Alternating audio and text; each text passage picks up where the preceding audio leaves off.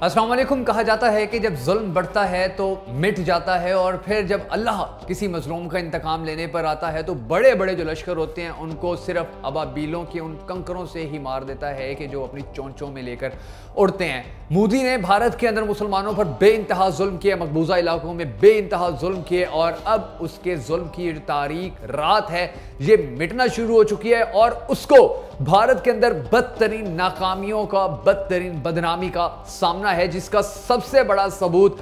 जो बंगाल है, मगरबी बंगाल है, उसके इलेक्शन की सूरत में सामने आया। वहां पर क्या कुछ हुआ है और वो जो ममता बनर्जी हैं जिन्होंने इनको मोदी को बदतरीन शिकस्त दी है, मैं उनके बारे में आपको थोड़ी सी बड़ी इंटरेस्टिंग डिटेल और थोड़े से अदाद शुमार बताता हूं, जिसके बाद आप खुद भी ये बात मानने पर मजबूर हो जाएंगे कि वाकई ही जब अल्लाह ताला किसी मजलूम का बदला लेने के लिए सामने आता है या अल्लाह ताला की जब कुदरत किसी मजलूम का बदला लेने के लिए सामने आती है तो वो किस तरह जालिम को कितनी बुरी तरह शिकस्त से दो चार करती है, उसको कितने बुरे और भयानक अंजाम तक पहुंचा देती है। थोड़ी सी मैं आपको डिटेल दे देता हूं कि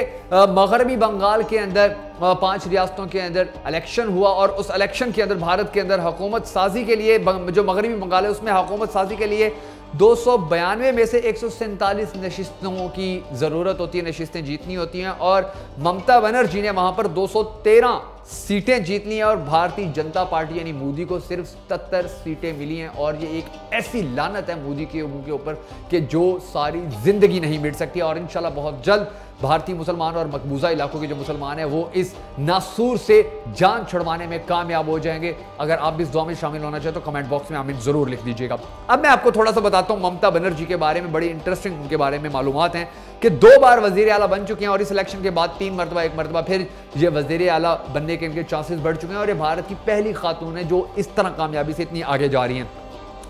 जनवरी 1955 में कलकत्ता में ये पैदा हुई थी और इन्होंने नाजरीन सिर्फ 15 साल की उम्र के अंदर ही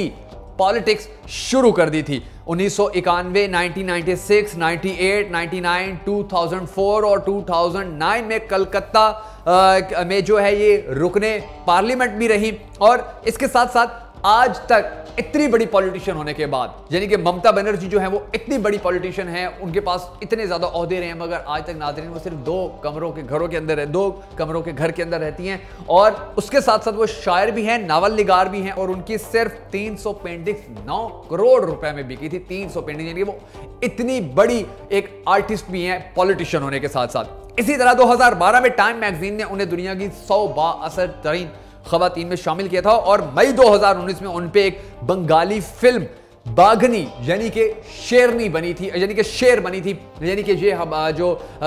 मगरबी बंगाल है ये उसका एक ऐसा शेर है कि जिसने मोदी जैसे नासूर को नथ डाल के रखी हुई है और इंशाल्लाह ना सिर्फ मगरबी बंगाल बल्कि आने वाले वक्त में जब भारत के दीगर जो रियासतें वहां पर भी इलेक्शन होंगे तो आप देखेंगे कि मुसलमानों पर जुल्म करने वाला ये जो एक खूनी दरिंदा है मोदी, ये इतनी बुरी तरह शिकस्त का शिकार होगा कि जिसके बारे में इसने कभी सोचा भी नहीं होगा।